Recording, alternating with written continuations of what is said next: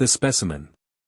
The scream died in her throat as the armored lion loomed closer, yellow eyes narrowing with predatory intelligence. Nobody had told Nova Reyes that getting captured by the Felidans would be the easy part. What the recruitment officers had conveniently omitted from their glossy pamphlets about interstellar exploration was the small print about alien species who considered humans somewhere between lab rats and exotic pets. The Felidan Empire had expanded across 3 spiral arms with the ruthless efficiency you'd expect from sentient felines who'd evolved opposable thumbs and a taste for advanced weaponry. Nova had been chief xenobiologist on the ISS Tenacity before it became a smoking debris field in the upper atmosphere of Felidoria Prime. She'd spent 6 years studying alien species, earning 3 doctorates and publishing 23 papers on exobiology. None of which had prepared her for becoming a specimen herself. 11 months in the Whispering Pits had transformed the once polished scientist into something feral. Her formerly regulation-length hair now hung in matted tendrils around her dirt-streaked face. The tattered remains of her uniform offered little protection against the perpetual chill of the prison compound. "Specimen 27, growled Commander Rexaw, his voice a rumble that seemed to originate somewhere beneath the reinforced chest plate of his ceremonial armor. The bluish lights embedded in his shoulder guards pulsed in rhythm with his speech. "You continue to disappoint our research division with your stubbornness." Nova said nothing. The metal cuffs around her wrists had chafed her skin raw months ago, now there were just calluses where the pain should be. She'd learned that silence often confused the Felidans more than defiance. Their species thrived on dominance displays and expected either submission or challenge. Neutrality short-circuited their social protocols. Rexaw circled her, the metal joints of his armor whirring softly. Unlike lower-ranked Felidans who went mostly unarmored, commanders wore elaborate battle suits that enhanced their already formidable physical abilities. The suits were also, Nova had noticed, excellent at concealing tells. Behind that impassive metal lion face, Rexaw could be anxious, enraged, or bored, impossible to tell without seeing his whiskers twitch or pupils dilate. "The Exemplar visits tomorrow," Rexaw continued, stopping directly before her. "Our ruling council expects a demonstration of human adaptability.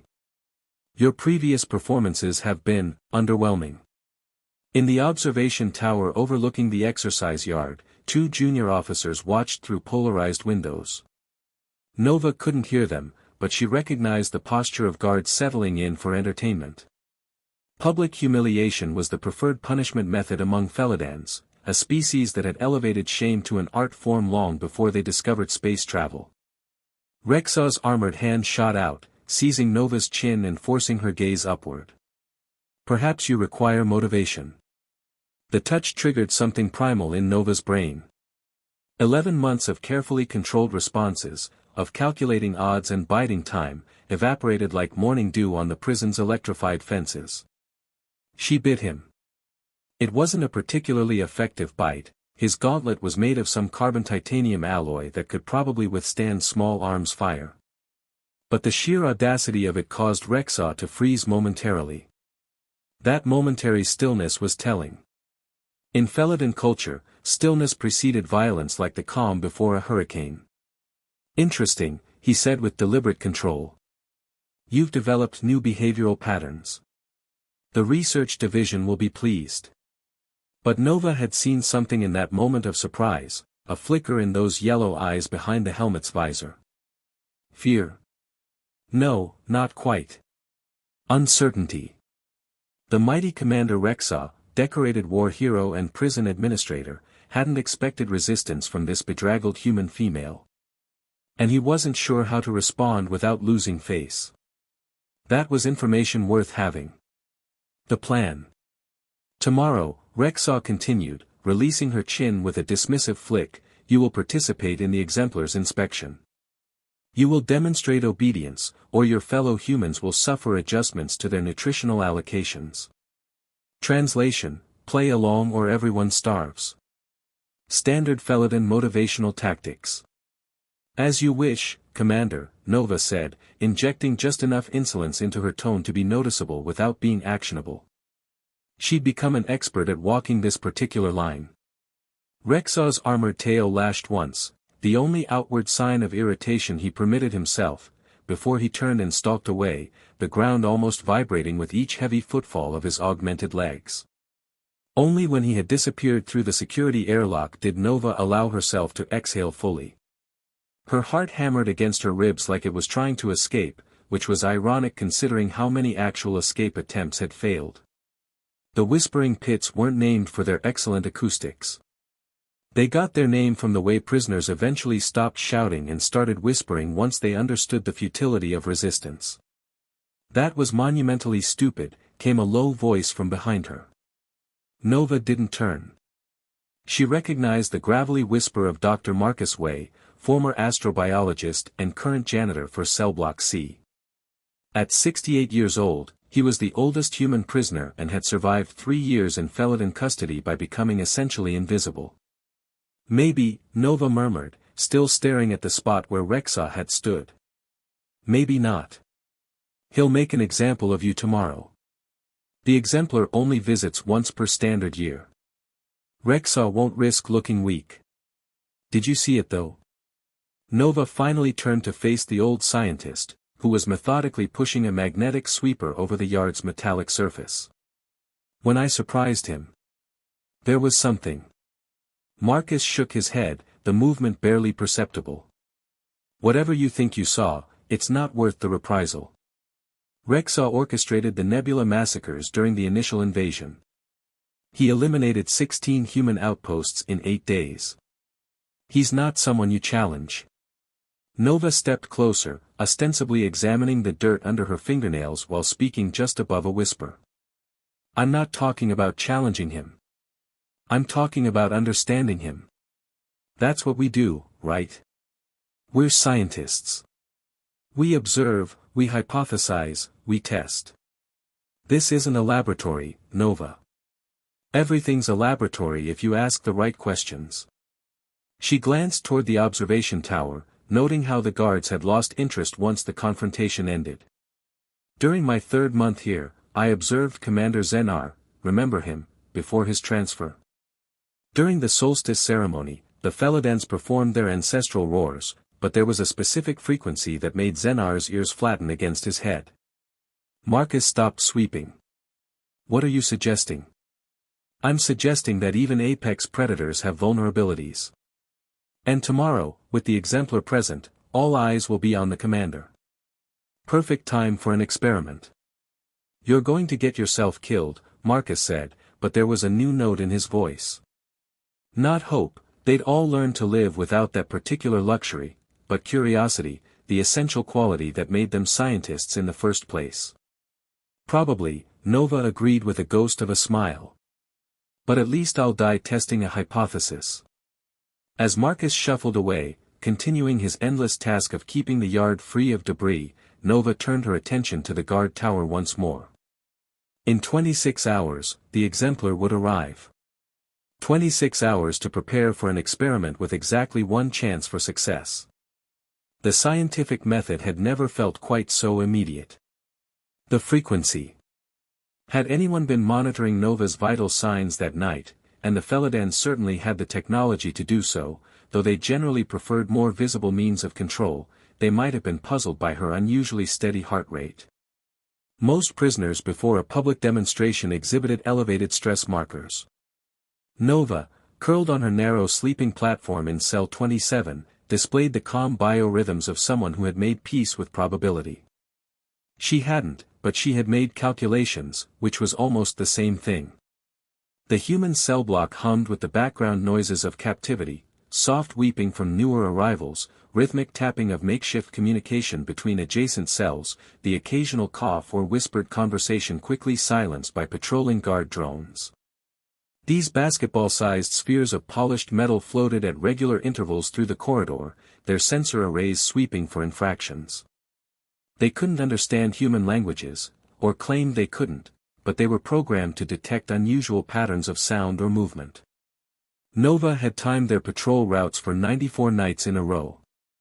The drones passed her cell every 7 minutes and 23 seconds, with a variance of plus or minus 8 seconds depending on whether they paused to investigate other prisoners. In the 3-minute window between patrol cycles 6 and 7, Nova pressed her lips to the nearly invisible crack where her cell wall met the adjacent one. "Eliza," she whispered. "You awake?" A pause, then, unfortunately. Dr. Eliza Okafor had been the Tenacity's chief engineer, a brilliant woman whose expertise in quantum propulsion systems had made her a particular object of interest to the Felidans. They'd subjected her to extensive knowledge extraction sessions during the early months of captivity. She hadn't broken exactly, but she'd bent enough to stay alive. Now she served as a reluctant consultant on the prison's power systems, given just enough access to be useful without being dangerous. Or so the Felidans thought. "I need to know about the ceremonial arena's acoustics," Nova whispered. Another pause, longer this time. "Why?" "Because I'm planning something monumentally stupid." A soft sound that might have been a chuckle. Finally, something to look forward to. Eliza's voice dropped even lower. "The arena has focused sound channels, originally designed to amplify the Exemplar's address to the populace. They installed dampers after the riot of Crescent Moon, but the infrastructure is still there. Could they be reactivated? Not without access to the control hub, which, need I remind you, is guarded by elite warriors who would happily use your spine as a back scratcher." Nova pressed her forehead against the cool metal of the wall. "What about frequency response? Any sweet spots?" The arena was built to enhance the specific register of Felidan ceremonial roars, between 900 and 1200 Hz. That's why it always feels like your teeth are vibrating during announcements. Eliza paused as the soft whir of an approaching drone patrol forced them both into silence. 94 seconds later, when the danger had passed, Eliza continued. "Why are you asking about acoustics, Nova?" "Because tomorrow, Rexaw is going to try to humiliate me in front of the Exemplar. And I'm going to humiliate him instead. That's not a plan, that's a suicide note with extra steps." "Maybe. But have you considered the alternative? Another year of this? 2. Until they decide we've outlived our usefulness."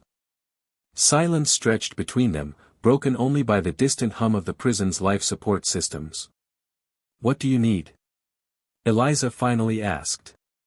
"Access to the arena's original acoustic settings. Just for 60 seconds. "Impossible. The control systems are biometrically locked to Felidan officers only." Nova smiled in the darkness. "Not all of them.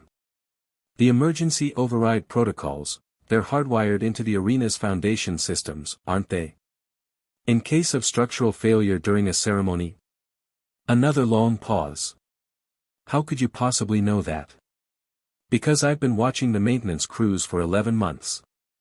Every time they work on the arena, they access a manual override panel near the prisoner entrance. Old-school mechanical switches, probably dating back to the arena's original construction. Even if you're right, even if you could somehow activate the emergency acoustics, what then? You make some noise and get executed for your trouble. Then I guess we'll find out if human vocal cords can do something the Felidans don't expect." The next drone patrol was approaching. As they fell silent, Nova ran through her calculations one more time. Tomorrow would bring either freedom or death, but at least it would bring answers. And sometimes, for a scientist, that was enough. The demonstration.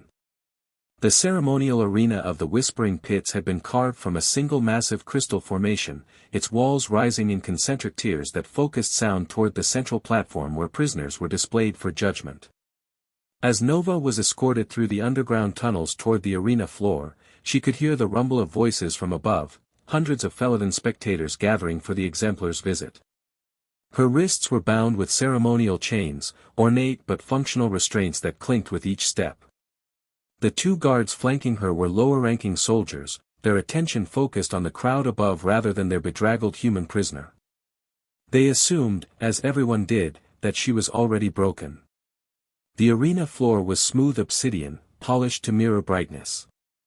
At its center stood a raised dais where Commander Rexaw waited in his full ceremonial armor, the blue lights in his shoulder guards now supplemented by additional illumination that marked him as the Exemplar's chosen representative.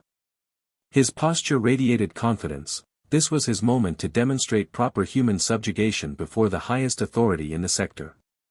Nova was pushed onto the dais, her chain secured to a metal post.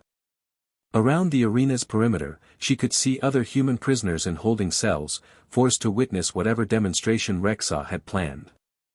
Marcus was among them, his weathered face grim with resignation. The crowd noise reached a crescendo as the Exemplar entered the arena.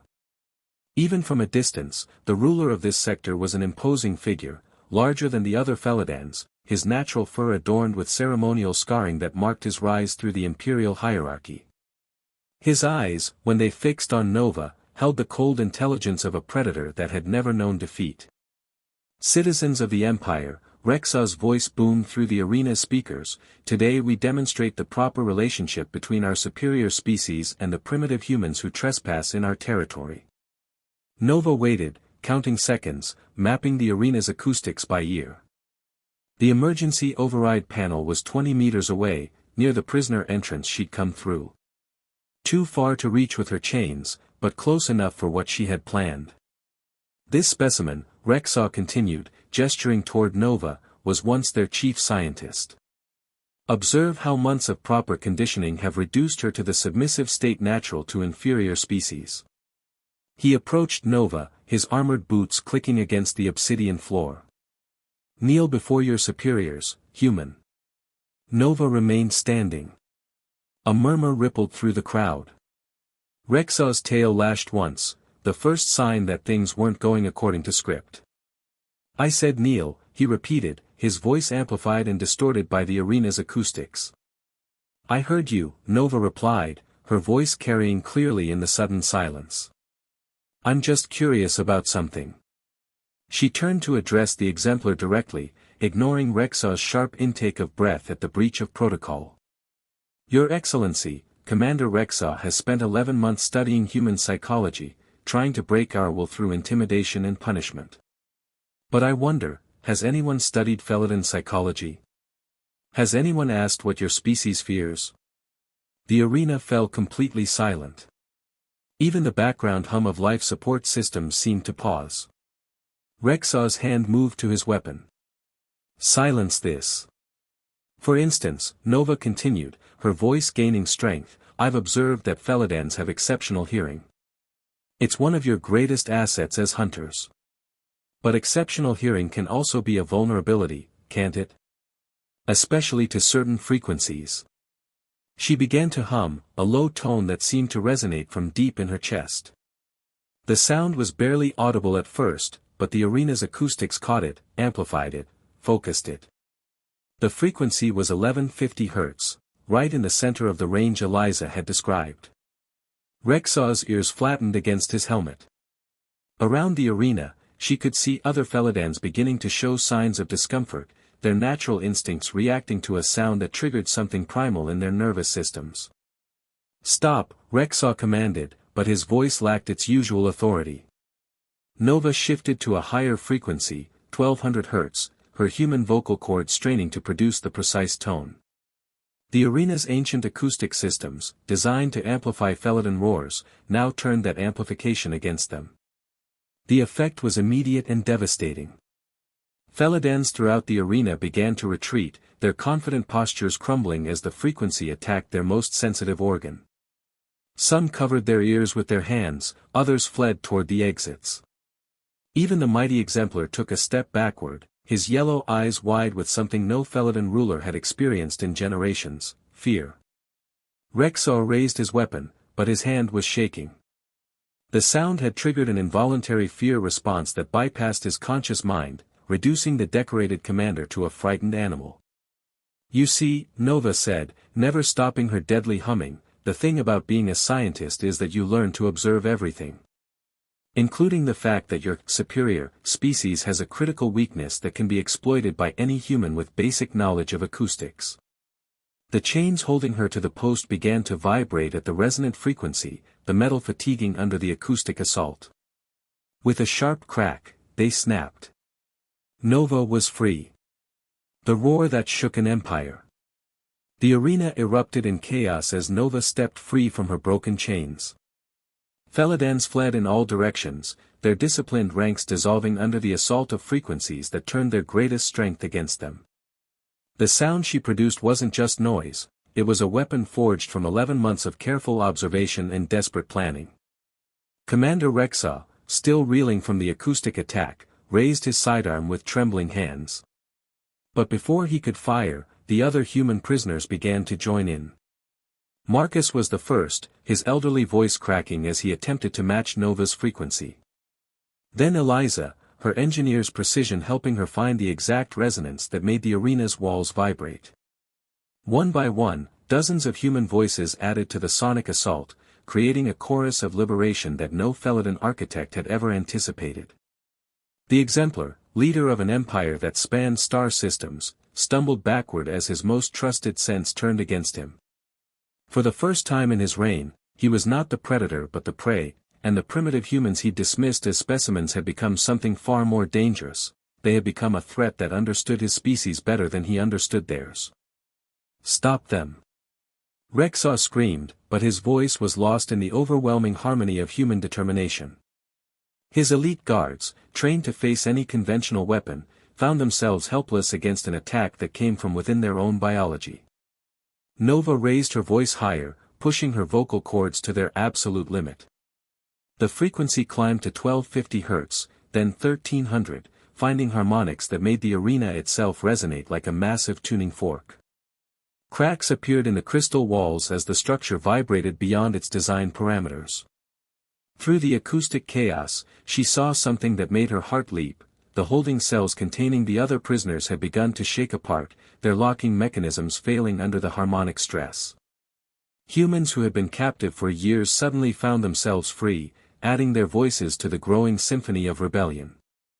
The Exemplar made one last attempt to restore order, drawing a ceremonial blade and advancing toward Nova despite the auditory assault. But his movements were unsteady, his legendary coordination destroyed by the frequency that attacked his inner ear. Nova met his charge not with violence, but with science. As he stumbled toward her, she shifted to the lowest frequency she could produce, 900 Hz, and the change was immediate. The Exemplar's legs gave out completely as the new tone disrupted his balance, sending him crashing to the obsidian floor. "This is impossible," Rexaw gasped, his weapon forgotten as he pressed his hands against his helmet, trying to block out the sound that seemed to come from everywhere at once. "No," Nova replied, her voice carrying over the chaos with perfect clarity. "This is evolution." She gestured to the humans around her, their voices united in a frequency that had become their declaration of independence. "Your species conquered the galaxy because you're superior predators. But predators have weaknesses, and prey species learn to exploit them. That's how evolution works, Commander. The hunter becomes the hunted."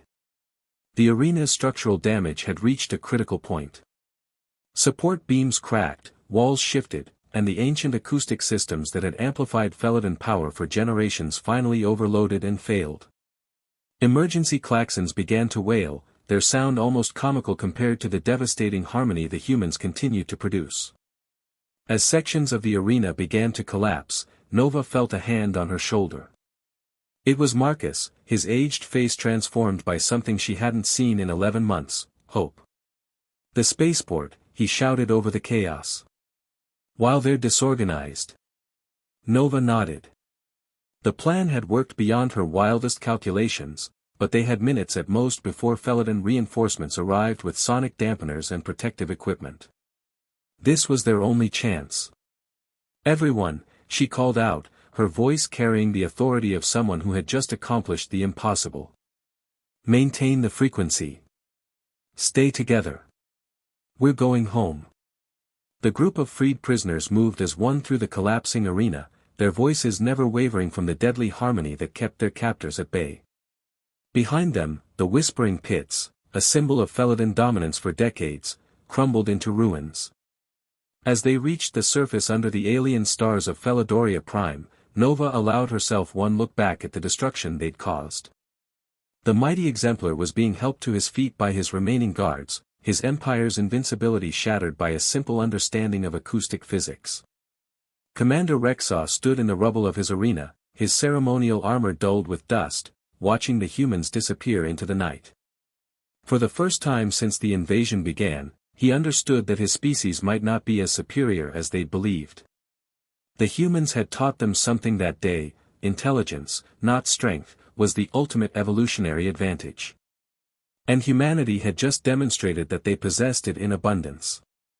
Hours later, as stolen Felidan ships carried the escaped prisoners toward the hyperspace jump points, Nova sat in the pilot seat of the lead vessel, her throat raw from the effort that had purchased their freedom. Around her, former prisoners worked the alien controls with the desperate efficiency of those who knew they had one chance to get home. "Think they'll follow us?" Eliza asked from the navigation station. Nova smiled, her hand steady on the controls as Earth's coordinates appeared on the display. "I think they'll be too busy dealing with the revolution. Because that's what they'd started, not just an escape, but a revolution. The knowledge of Felidan vulnerability would spread. Other human colonies would learn. The balance of power in the galaxy had just shifted, all because a scientist had remembered that the key to survival wasn't strength or weapons. It was understanding." As the ship jumped to hyperspace, carrying its cargo of freed prisoners back toward human space, Nova reflected on the greatest experiment of her career. She'd set out to test a hypothesis about acoustic frequencies, but she'd discovered something far more important: that no species, no matter how advanced or powerful, was invulnerable to the application of scientific knowledge. The Felidan Empire would never look at humans the same way again. And across the galaxy, in research stations and colonies, human scientists would begin asking new questions about their alien neighbors. Questions about weaknesses, about exploitable characteristics, about how evolution could be turned into a weapon more devastating than any gun or bomb. The prey had learned to hunt. The galaxy would never be the same. The end.